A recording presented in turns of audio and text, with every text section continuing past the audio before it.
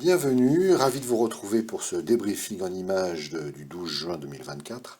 Alors aujourd'hui ça a été une journée bien remplie. J'ai fait comme d'habitude de la moto, ça change pas beaucoup, mais j'ai aussi fait du bateau, j'ai fait une randonnée, j'ai fait une visite historique et puis surtout, et aussi je suis revenu en Europe puisque oui, effectivement l'Irlande, la République d'Irlande fait partie de l'Europe alors que malheureusement nos amis britanniques ne sont plus partis de l'Europe.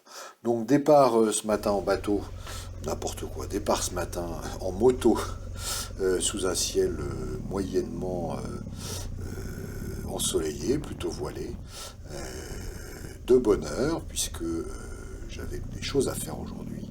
Et j'ai commencé par prendre un petit itinéraire bis qui s'est révélé être de charmantes routes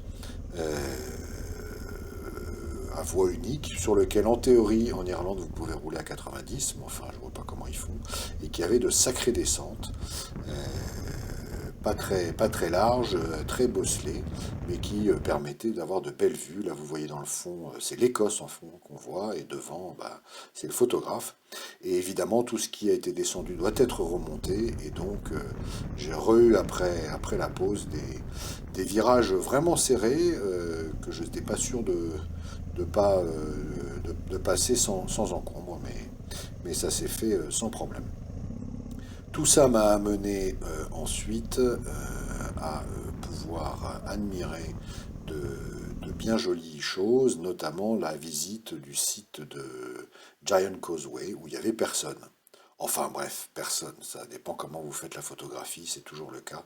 Donc malgré mes appréhensions sur le monde et le fait de faire une balade 25 minutes à pied en habit de motard, j'ai découvert un endroit quand même assez extraordinaire. Alors certes, il y a du monde, vous voyez là, le monsieur il est tout seul face à l'océan et sur ces roches volcaniques magnifiques, mais malheureusement la surfréquentation fait que c'est difficile de faire la photo précédente. Mais ça vaut vraiment le coup de venir le faire comme une balade et peut-être il y a des chemins moins envahis. Ensuite de ça, j'ai effectivement rejoint l'Europe en bateau. C'est là ce qu'on voit, c'est la République d'Irlande. Et puis assez vite, je suis arrivé ensuite à Londonderry, ou Derry, qui est donc un des endroits d'un épisode sanglant et qui est probablement le plus triste, qui est le massacre de 15 manifestants pacifistes en 70, en janvier 70 de mémoire. Sachant que dans les 15, il y en a 7 c'était des enfants, il y en a 5 qui sont morts d'une balle dans le dos, tout ça par les paramilitaires, non, les parachutistes de l'armée régulière britannique. Et donc ça a donné lieu évidemment à une enquête sur laquelle à l'époque les Anglais ont mis quand même 30 ans à admettre qu'ils avaient vraiment merdé.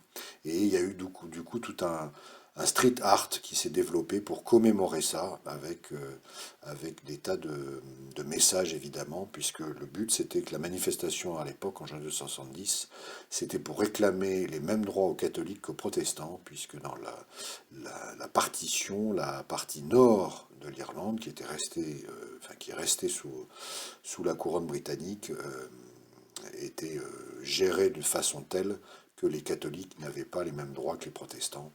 Voilà, donc ça c'est différents street art qui rendent ce quartier qui n'a absolument aucun intérêt assez émotionnel. Enfin, il y a un truc, donc si vous voulez lire en détail, il faut arrêter le film et lire là. Ensuite, j'ai repris la route vers des éléments plus sauvages et magnifiques. Euh, donc ces fameuses Landes, qui est un parc national, avec là aussi quelques jolies grimpettes. Là aussi, vous êtes censé pouvoir rouler à 100 km/h, puisque maintenant on est en Europe, ils appliquent le système métrique, mais évidemment, moi, je laisse passer les locaux qui sont pressés, qui connaissent, parce que moi, je connais pas, j'en profite, et puis de toute façon, je vois pas, à moins d'être un pilote de Paris-Dakar, je sais pas faire 100 km/h sur ces routes-là, surtout qu'on rencontre à tout instant d'autres invités, et que donc la prudence est de mise.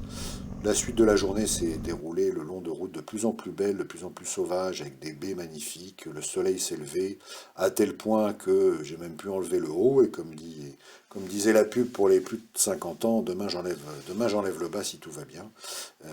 Et vraiment une nature et une côte magnifique, où là il y avait vraiment plus personne du coup. Et donc je suis arrivé assez vite à mon hôtel, que vous allez découvrir là, qui est face à une baie très jolie aussi. Alors quand je suis rentré dans l'hôtel, il y avait, je sais pas, 50 personnes qui buvaient un coup, et le réceptionniste m'a dit, vous inquiétez pas, c'est un enterrement. Je lui dis, ah ouf. Il me dit, ah mais vous savez, ici, on rate jamais une occasion de faire la fête. Donc je sais pas comment ça va se passer ce soir. En attendant, je vous dis à demain, et je vous souhaite une bien bonne soirée.